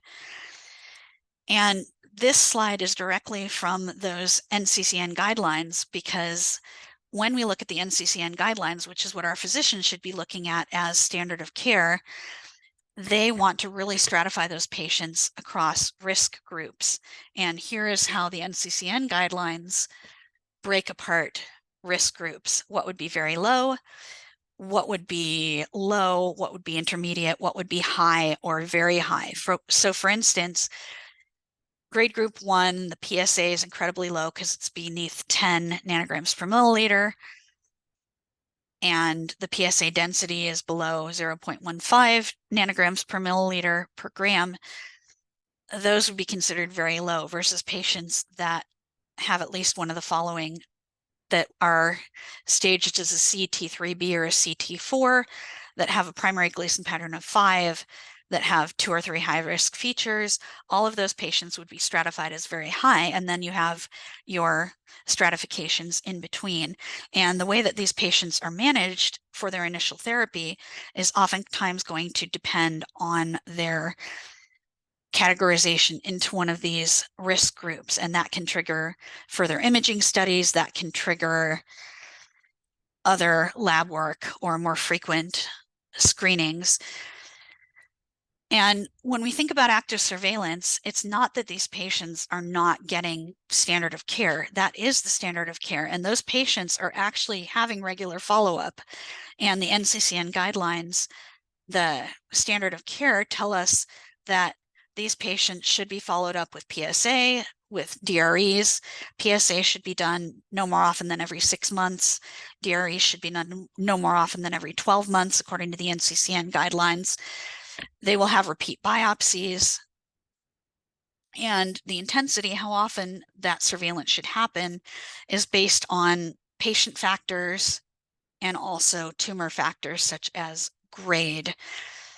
They're also having MRIs. So these are not scenarios where they're doing nothing. They are actively following these patients to make sure that those patients are not progressing. If there are changes or if there's disease progression, that patient is going to be referred for second line or subsequent treatment. So they are just following these patients until there is a need to do further intervention.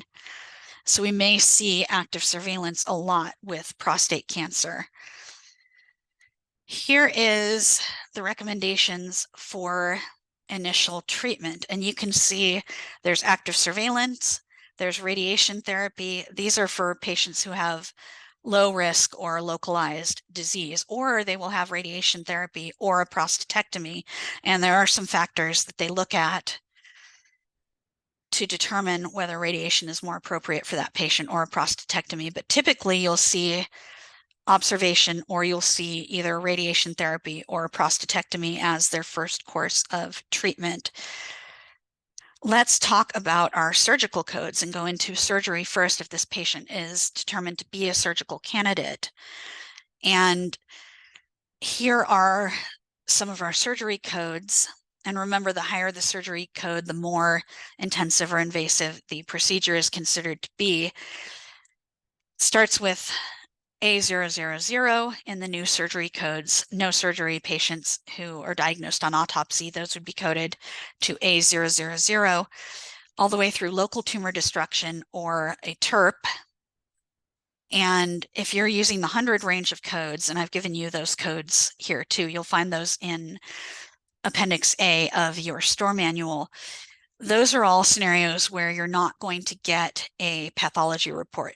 That tissue was ablated, or they used heat to kill those cancer cells, or they did a cryoprostatectomy where they froze that prostate tissue. You're not going to find path reports on these cases. So that might be a hint too, that you're going to code to one of the 100 ranges of codes. A 200 code through A230, that would be considered your TURPs or your procedures where you do have pathologic examination of tissue. And you'll see that there's a range of codes for that as well. So if you find evidence in the medical record that that patient had a TURP using cryotherapy and there was a pathology report, that tissue was sent to pathology, then you would code to A240. Or if they did the TURP using lasers, then you code to A250 and so on. So there are those ranges of codes, and you want to pick the most accurate code that describes what happened to this patient. And remember that those TURP procedures and even your subtotal or segmental prostatectomy that leaves that prostatic capsule intact, that's not going to count for grade pathological. And also, you are not going to code orchiectomies as a surgical procedure for prostate cancer. Those get coded under hematologic and endocrine procedures because that's really managing the hormones, and I'll talk more about that later. But we're specifically looking at surgery of the primary site here, and you'll see that there's no code for orchiectomy because that is not considered a surgical procedure to the primary site. Now, if they're doing a TURP, I got curious about what a TURP actually, how they perform TURPs. They use a resectoscope, and I've got a picture on the bottom right of my slide of the working part of a resectoscope that they insert, and it reaches all the way up to that prostate gland, and the end of that resectoscope has a surgical tool that they're able to use to basically scoop out that prostate tissue inside of that prostatic capsule. And again, that TURP procedure may be done for a patient that has a history of benign prostatic hyperplasia, and that prostate is so big it's putting pressure on that prostatic urethra. So that physician goes in and does a TURP, and oh, that pathology comes back as positive for prostate cancer, and that patient now has a diagnosis. So it may be done for other reasons, but when we're talking about a TURP, that's how they do the TURP procedures. Let's go on to some of the higher surgery codes. Here is my slide on radical prostatectomies. Anything A500 or higher is considered a surgical procedure that you can use to assign grade pathologic, including a radical prostatectomy NOS. And I listed earlier exactly what they remove, but your surgical codes actually tell you what is removed during a radical prostatectomy and how they define it. And I've got that in bold on this slide for you as well. And then they may also remove other organs or tissues and do what might be referred to as a pelvic exenteration.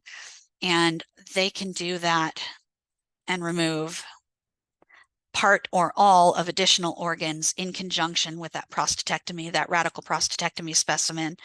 So they might remove rectal tissue, or they might remove some other organs in addition. Prostatectomy NOS, you would code to A800 if you know that they had a prostatectomy and you're not really sure exactly where that prostatectomy falls. And then if you know they had surgery, but you don't know what type, that's an A900. And if you don't know whether surgery was performed or it's a DCO or death certificate only case, then there's that code of A990 for those cases. And I've got an image that I found of what that prostatectomy looks like, where they actually go in and they remove the prostate gland, and then they do an anastomosis where they suture that bladder neck or that bladder opening to the urethra so that patient can continue to have normal urinary functions. And the other picture I've got on this slide is a Da Vinci robot, because that is one of the surgical devices. They can do robotic prostatectomies where that surgeon is actually at those controls of that surgical robot and performing the surgery that way. So, of course, that would impact how you're going to code that surgical approach if you're seeing that this was done using a robotic assisted device like a Da Vinci robot. Radiation. Remember that I said that radiation is also one of the first line therapies that they will do for prostate cancer. And radiation is broken up into a bunch of different categories, but they do use external beam radiation for prostate cancer. They also use brachytherapy, and some physicians are also using radiopharmaceuticals like Lu-177, and that's also called Pluvicto. And they actually insert those radiopharmaceuticals through the bloodstream, and those pharmaceuticals deliver radiation to the prostate gland. So that is another type of treatment that you might see that's a radiation procedure. Let's talk about external beam radiation for prostate cancer. You might see it as three-dimensional. And like I say in my slide, that allows them to avoid damage to surrounding tissue. Like Wilson Apollo always says in his presentations on radiation, the idea is to deliver the maximum safe dose to that prostate gland without damaging all the other important tissues around it. And as we saw in our anatomy slides, that prostate is located close to a lot of important organs and tissues that they want to avoid damaging. So they will use conformal radiation therapy for that. They'll also use IMRT very often in these cases, and that's, as I say, another form of 3D or conformal radiation. It's very common. It's a computer-driven machine that radiology tech is going to use for delivering radiation. Again, they want to limit the dose to nearby normal tissue. They might refer to SBRT or stereotactic body radiation therapy, which is also called stereotactic ablative radiotherapy, and they can give a very large dose in stereotactic body radiation therapy or SBRT, and so that means that that patient has to come in for less sessions. So the patients really like that. It's less disruptive to their normal lives, and other names for that I've listed on the slide. You might see MRI guided, which combines intensity modulated, image guided radiation therapy and SBRT, and it can be done with a LINAC machine. Those images can be taken and they do an MRI as they're delivering radiation to make sure that they are delivering radiation to the exact area that they need to. And some of these devices are so sophisticated that if that patient moves or if that tissue moves outside of the range that that radiation is hitting, those machines are going to stop delivering that radiation so they can prevent further damage where they don't want to deliver radiation. And then you're also going to see proton beam radiation. Those are all considered forms of external beam radiation therapy that we can use when we're coding our radiation fields, and they are all ways that they deliver radiation to the prostate gland. Brachytherapy, you'll also see that very often in prostate cancer, and I've got an image on this slide of those radioactive seeds. They use a specialized catheter that has a needle attached to it, and they plant those seeds in the prostate gland. It is enabling that patient to receive radiation because those seeds are radioactive material or coated with a radioactive material that's going to deliver radiation, but it's not beam, it's brachytherapy. And those pellets or those seeds are placed directly into the prostate. If they talk about pellets or seeds, you're probably going to be coding brachytherapy for those patients. Now, they can deliver brachytherapy in a low dose rate or a high dose rate. If it's high dose rate brachytherapy, they're not going to leave those radioactive implants inside the patient for long. 5 to 15 minutes is what I saw for high dose brachytherapy. They don't leave those catheters in the patient, and it's usually a series of very brief treatments. If those pellets are remaining inside the patient, you can be pretty confident that you're dealing with a low dose rate brachytherapy because the radiation in those radioactive materials is not significant enough that it's going to cause long-term damage if they leave it in. But you will see both of those, and I've got listed on this slide the radioactive materials that they use. If it's low dose, some of the low dose radioactive materials they'll use are iodine 125 or palladium 103. That's another hint that you're looking at low dose rate radiation. They'll use iridium 192 or cesium 137 for high dose rate brachytherapy for prostate cancer. Let's talk about hormone therapy for prostate cancer. And remember that the reason that hormone therapy is so effective for prostate cancers is because that prostate cancer needs those androgens or those male hormones in order to grow. So the purpose of ADT or androgen deprivation therapy is to block those androgen receptors so those cells cannot receive androgen that the patient's body is producing. It really is to prevent that cancer from growing as quickly rather than directly treating the cancer they already have. But they will use an orchiectomy. They will also use LHRH agonists, which are luteinizing hormone releasing hormones, to block those androgen receptors and prevent those hormones from reaching the cancer cells. After a while, that patient may stop responding to hormone therapy, and that's when that patient is considered castration or castrate resistant, and they may look at changing around those treatment decisions. So the images you see on that slide, the first one is how they do an orchiectomy. It's a surgical procedure, but remember, it's not to the prostate gland, so we're going to code it differently than we would a surgical procedure to the prostate gland. That's considered endocrine therapy for prostate cancer. And I've also given you an image of Lupron, which is one of the more common androgen blockers that they can use with patients.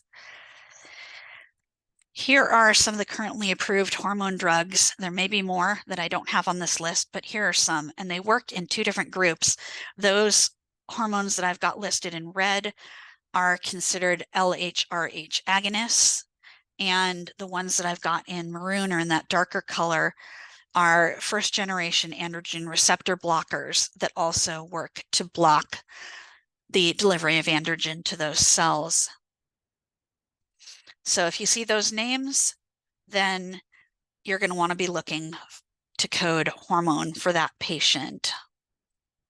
They do sometimes use chemotherapy, and it can be given as single or multiple agents. So you may have to code chemotherapy for prostate cancer. And oftentimes they will give chemotherapy along with androgen deprivation therapy when that patient has metastatic disease or as a second line treatment when they've failed other lines of treatment.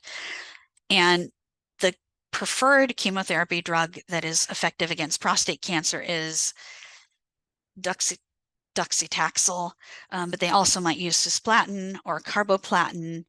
And if that patient has a BRCA mutation, there is a chemotherapy drug that's approved for some female GYN cancers that they've also found effective for prostate cancer patients that have that specific genetic mutation. So if you see that they are being given that particular chemotherapy drug, then you might want to look for some sort of genetic testing that indicates that BRCA mutation. But you will want to code chemotherapy if it's given as a first-line treatment.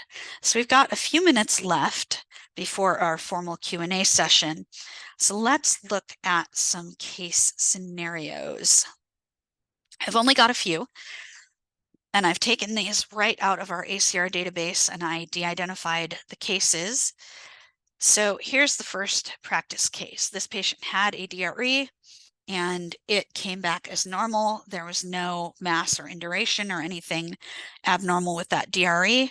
The prostate was soft and smooth and not tender. There were no nodules, and the review of the other systems that was all negative.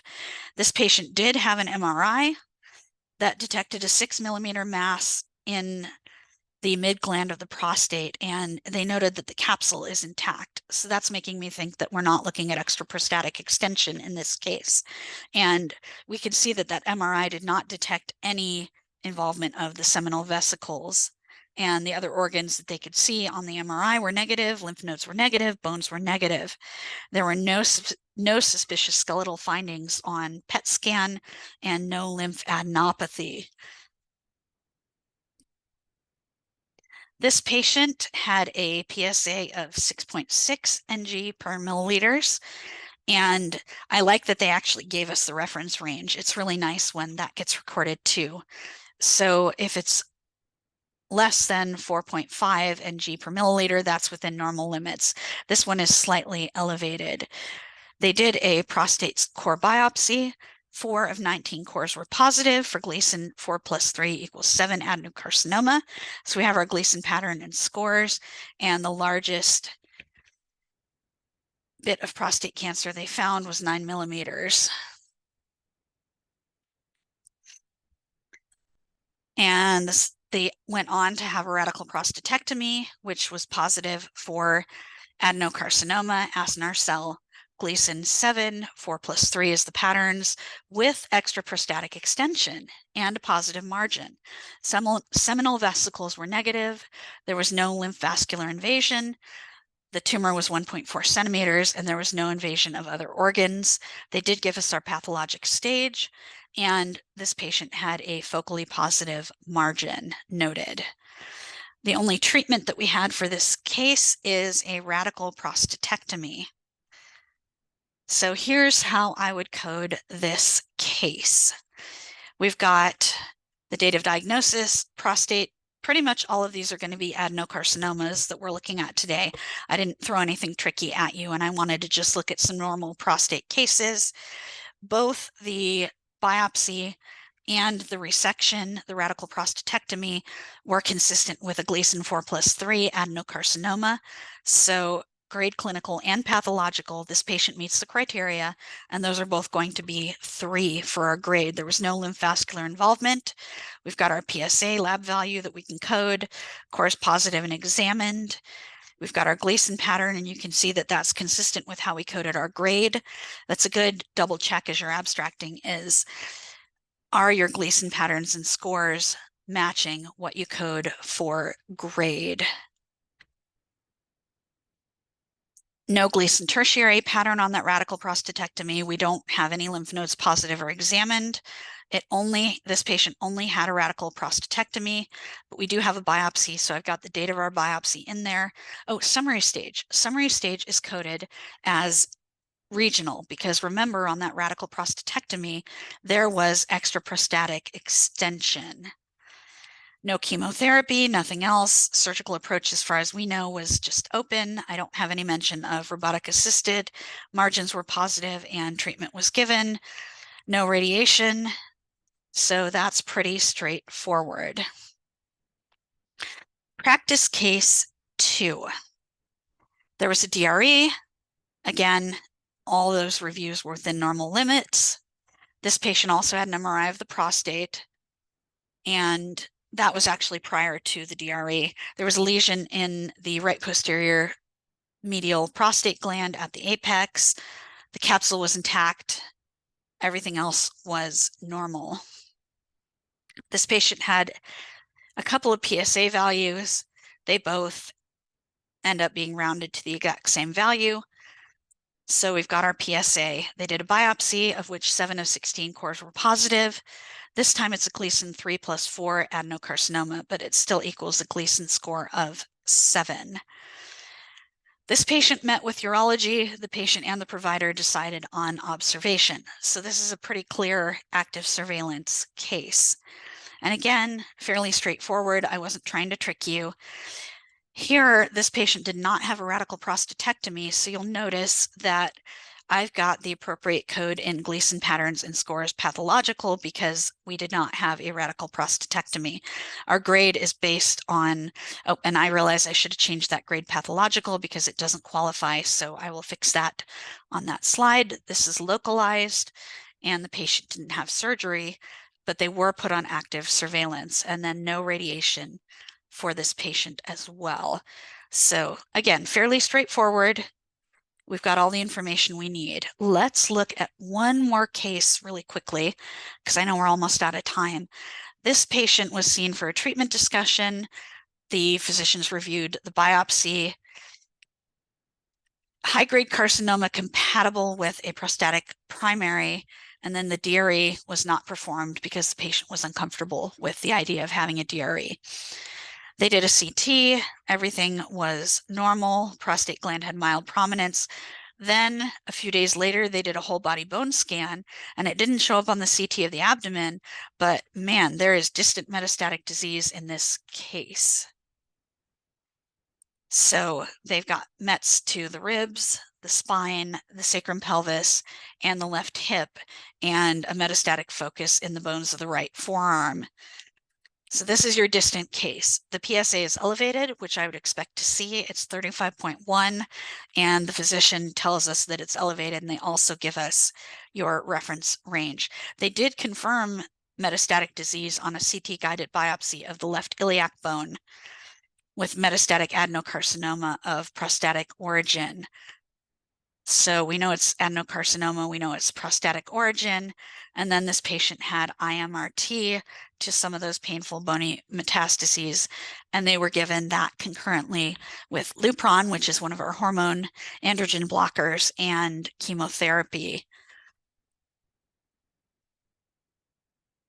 We've got our date of diagnosis. We don't have a clinical grade. Again, adenocarcinoma of the prostate, I told you it was common, and it is.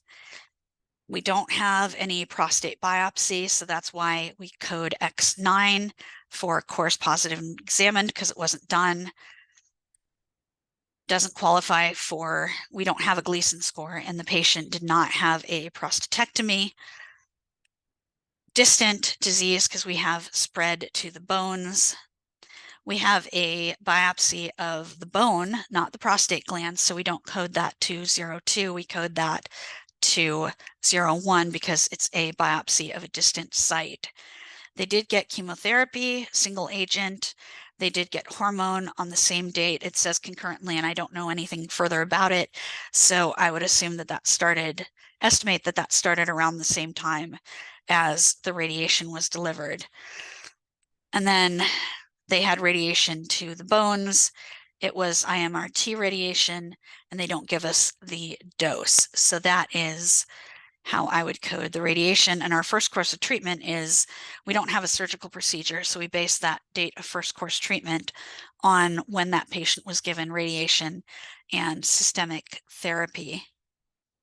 So 3 different cases, all adenocarcinoma, but with nuances of coding. And that is probably everything more than you wanted to know about prostate cancer, but I thought it would be interesting to do a deep dive.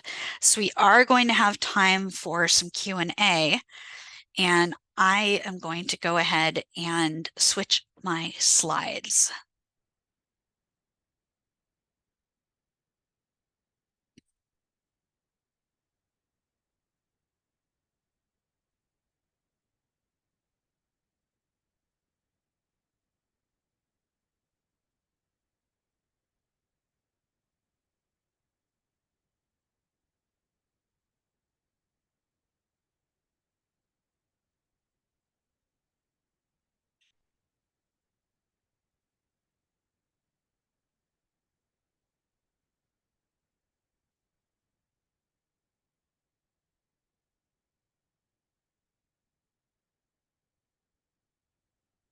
All right, we do have a couple of questions.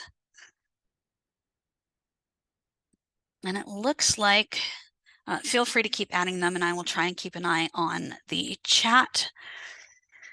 The first question is for Raeann, and that question is there a record limit for submission? And I think that is based on our presentation about WebPlus. So I'm going to mute my mic, Raeann, if you want to cover that one. Not that I know of off the top of my head, but before we send out the official written Q&A document, I will double check the user manual for WebPlus just to confirm, but I don't believe there is. I've uploaded some practice files that had like 700 cases and I've had no issues. So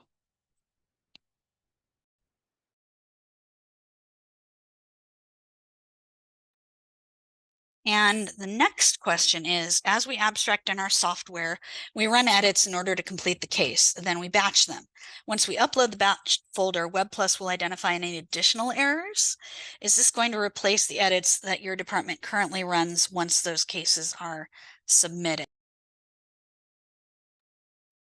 So what WebPlus is doing is it's just running your entire batch of cases against ACR edits. So it should be the same ACR meta file that your vendor has loaded into your software that you're running against individual cases. It's the exact same process of what we're doing now, where if you send me a batch of cases and it doesn't pass ACR edits, I'm emailing you back and saying, here's an edit report for what needs to be fixed in that batch. WebPlus is just doing that process for me. So instead of you having to wait for me to email you and say, hey, these 2 cases failed on this file, it's going to tell you right away.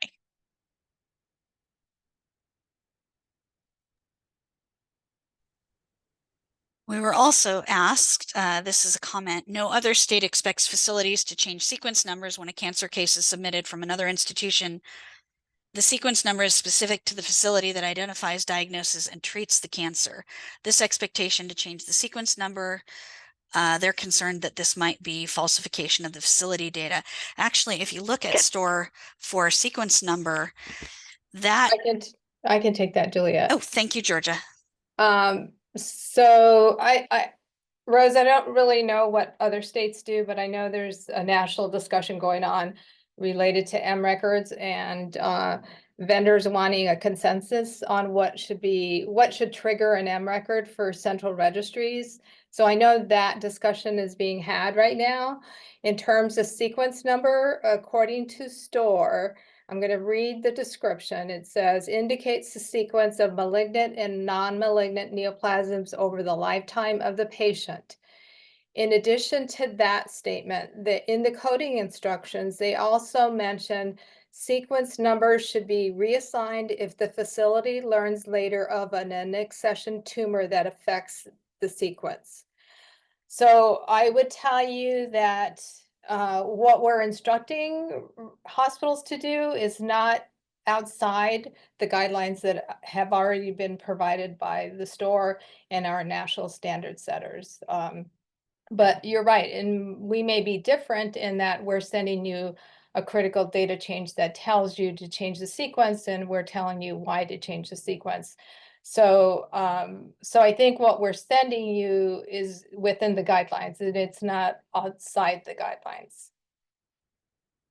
And I want to go back to another question that was asked. Was there ever a time when all non-analytic were required? And so we have never required all non-analytic cases to be reported. And the example that I can think of is, staff physician office cases. Remember how they had previously that language about staff physician office cases? So that's an example. We've never required those cases to be reported.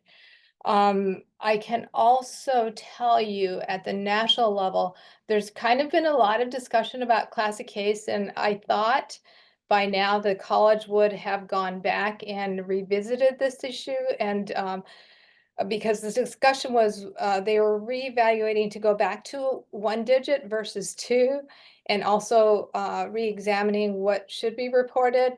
And so I think that issue has stalled because I haven't heard any updates related to that. So Juliet, I'm going to turn it back over to you. Thank you for those answers, Georgia. That's very helpful. The next question I see is there a time frame for PSA being drawn that we shouldn't consider coding, like 1 to 2 years from diagnosis? And I'm assuming that that's referring to the time before diagnosis, and that's going to be in the SSDI manual. And I don't believe, but I will double check this and give a more specific answer in the Q&A document that we're sending out later, but that's where you'd go to see if there are any instructions. Off the top of my head, I don't recall seeing any there, but I will double check that prior to responding back in the Q&A document that's going to come out after this session. What is the limit of time for a pre-biopsy PSA, or do you choose the highest PSA pre-biopsy? So for example, if a patient had a PSA of 9 4 months before the biopsy, and then the day before the biopsy, they had a PSA of 5. Well, the SSDI manual says to take the highest PSA before the biopsy. So I would go with that 9 for pre-biopsy PSA. And oftentimes it will be 3 or 6 months between those PSA tests. Iris had a question. Can you give a brief highlight on holmium laser prostate surgery, or HOLEP? Yes, I can. So HOLEP, as that question states, is holmium laser enucleation of the prostate. They're basically using a laser, a holmium laser, to carve out that prostate tissue from inside. So it's going to be similar to a TURP, but in this case, they're using a laser. And there are codes that I had in my slide that indicate how you code any of those TURP-like procedures when lasers are used. So I would code that using the specific surgery code. Let me see if I can pull up that slide to show what the actual code is. But that is how I would code a HOLEP procedure. And I know they do TURPs, or resection of the prostate tissue without removing the capsule, using a variety of methods. They might use heat, they might use laser, which would be our HOLEPs. They might do cryotherapy for that patient. So if we have a specific indication of how that TURP-like procedure was done, then that is what I would use. And let me see if I can get that slide up on the screen. And I will just switch so that you guys don't have to look at my slide notes. So here are your surgery codes, and you'll see that there's local tumor excision if pathology is used. A250 is going to be local tumor excision, where they're removing that prostate tissue using a laser. And so under the new codes, that is what I would use. If there's no pathology, if it's just tumor destruction rather than tumor excision, then that would probably be an A150, which would be a laser ablation, since we don't have an excision and we don't have tissue sent to pathology. Have time for a couple of more questions. If a patient waits about 8 to 10 months after the prostate biopsy for a radical prostatectomy, and there is not a statement of active surveillance, is the prostatectomy still first course of treatment? What is the limit for the interval between diagnosis and first course treatment before it would be a second course? It seems like the patients are waiting much longer to make decisions if there's an intermediate or a low risk. So I would direct you back to STORE, and in section 1 of STORE, they have a really good discussion of what is considered first course of treatment. Now, any treatment that is planned or delivered as part of that treatment plan prior to disease progression, they're really looking for what's in the treatment plan. Timing is not our first step for determining first course of treatment anymore, because you're right, patients are waiting a lot longer, and prostate cancer is a less aggressive type of cancer, so they have the time to wait on those decisions. But if the plan is prostatectomy and then that patient receives that treatment prior to disease progression, then that would qualify. If we don't have a plan, then we can look at what is considered appropriate based on standard of care. And if we don't have a treatment plan documented, and if we don't have an indication of what standard of care is, which we do for prostate cancer, I showed you what some of the criteria that they use to determine that is, then we default to timing of 4 months, but that's only when we don't have a treatment plan. And if that prostatectomy was recommended or discussed as part of how to manage that patient's prostate cancer, and they received it before we have any indication of progression, then I would consider it first course of treatment. It doesn't break down just to timing anymore. Timing is the third or the fourth criteria that gets used to determine first course of treatment. There's another comment. I know I didn't say anything about staging. Well, I did about summary staging, but everyone needs to remember that you can't stage the case if a DRE is not done. And that is correct. That's a good point. They really want that DRE for the gold standard when it comes to determining the spread of that prostate cancer. And that's been talked about a lot with AJCC staging. And that is all the questions that I see. So I will be, if you haven't had a chance, please do fill out the evaluation. I will be sending out the certificate, and I will also be sending out the completed Q&A document that has all of the questions from all 4 of the sessions. And we really do appreciate your time, and we thank you for joining us for this year's Arizona Cancer Registry workshop.